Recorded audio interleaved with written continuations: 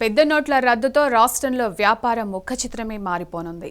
నగదు కష్టాలతో సతమతమవుతున్న ప్రజలు నగదు రహిత సమాజం దిశగా ముందుకెళ్తున్నారు.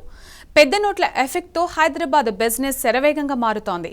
కస్టమర్లు మొబైల్ వాలెట్లకు కన్వర్ట్ అవుతుండగా చిరు వ్యాపారులు సైతం గల్లాలకు స్వస్తి చెప్పి స్వైపింగ్ మిషన్లకు స్వాగతం పలుకుతున్నారు.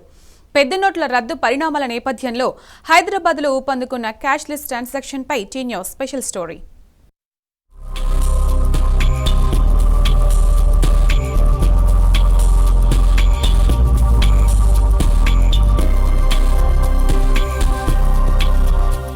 నగదు రహిత సమాజం దిశగా తెలంగాణ రాష్ట్రం పరుగులు పెడుతోంది.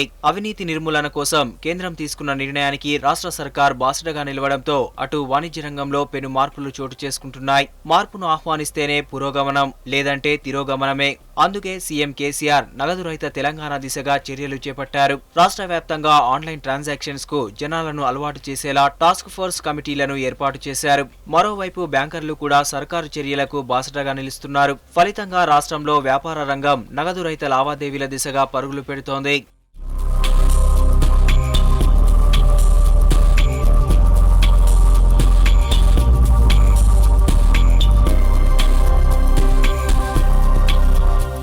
ఇన్నాళ్లు షాపింగ్ మాల్స్, పెద్ద పెద్ద సూపర్ మార్కెట్లలోనే కనిపించే స్వైపింగ్ మిషన్లు ఇక మన ఇంటి ముందుకొచ్చే తోపుడు బండి వ్యాపారి దగ్గర కూడా దర్శనమివ్వనున్నాయి. టీ కొట్టు, కిరాణా కొట్టు, కూరగాయల బండి ఇలా చిరు వ్యాపారులు కూడా క్యాష్లెస్ బిజినెస్ కు మారిపోనున్నారు. మొత్తంగా కస్టమర్ల జేబుల్లో పర్సులకు, వ్యాపారి చిల్లర వేసే గల్లాపెట్టెలకు కాలం చెల్లనుంది. మొబైల్ వ్యాలెట్లతో వినియోగదారులు, స్వైపింగ్ మిషన్లతో వ్యాపారులు నయా బిజినెస్ ట్రెండ్ కు శ్రీకారం చుడుతున్నారు.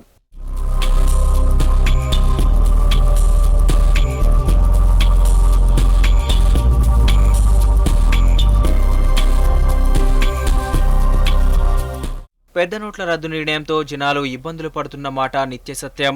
చూసి మురవడానికే తప్ప ఎందుకు పనికి రాకుండా పోయింది 2000 నోటు. ఎక్కడికి వెళ్లినా ఏం కొందామన్నా చిల్లర కష్టాలే.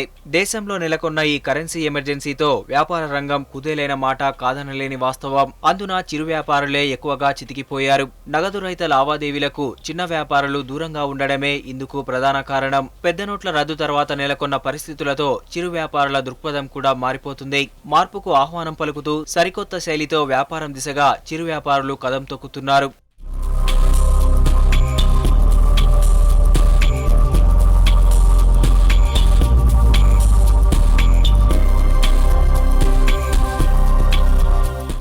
పెద్ద నోట్ల రద్దు ప్రభావంతో చిరు వ్యాపారులు కూడా క్యాష్లెస్ బిజినెస్ కు మొగ్గు చూపుతున్నారు. ఇప్పటికే హైదరాబాద్ లో చిరు వ్యాపారుల బిజినెస్ ట్రెండ్ క్రమక్రమంగా మారుతోంది.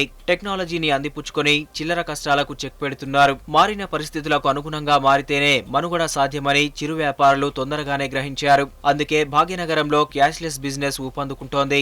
ఇప్పటి వరకు పెద్ద పెద్ద మాల్స్ కే పరిమితమైన స్వైపింగ్ మిషన్లు ఇక చిన్న చిన్న దుకాణాల్లోనూ దర్శనమిస్తున్నాయి. తెలంగాణ ప్రభుత్వ చర్యలతో బ్యాంకులు కూడా క్యాష్లెస్ బిజినెస్ కు సహకారం అందిస్తోంది. చిన్న వ్యాపారులకు సైతం స్వైపింగ్ మిషన్లు అందిస్తున్నాయి. కేవలం 2500 రూపాయల డిపాజిట్ తో కరెంట్ అకౌంట్ తీసుకుని మున్సిపల్ శాఖ నుంచి వ్యాపార ధృవీకరణ పత్రాలు సమర్పిస్తే చాలు, వారం రోజుల్లో స్వైపింగ్ మిషన్ వచ్చేస్తుంది. ఇవి డిమాండ్ చాలా పెరుగుతుంది. బిజినెస్ పీపుల్ దగ్గర నుంచి డిమాండ్ చాలా పెరిగింది. మేము సప్లై చేయడానికి బ్యాంకులన్నీ కూడా సప్లై చేయడానికి రెడీగా ఉన్నాయి. ముఖ్యంగా మా బ్యాంక్ ఆఫ్ బరోడాలో మేము 10,000 మిషన్లు రెడీగా పెట్టాము. ఇమీడియట్గా ఇవ్వడానికి 2500 రూపాయలు డిపాజిట్ చేస్తే సరిపోతుంది. ఈ ఫామ్స్ కూడా సప్లై చేస్తే మేము ఒక 10 రోజుల్లో స్వైపింగ్ మిషన్ సప్లై చేయగలం. దీంతో ఏంటంటే క్యాష్ ట్రాన్సాక్షన్, క్యాష్ అవసరం లేకుండానే ఈ కొనుగోలు చేయొచ్చు. షాప్ వాళ్ళకి కూడా డబ్బులు వస్తాయి. దానివల్ల ఏ విధమైన ఇబ్బంది లేకుండా గడపచ్చు.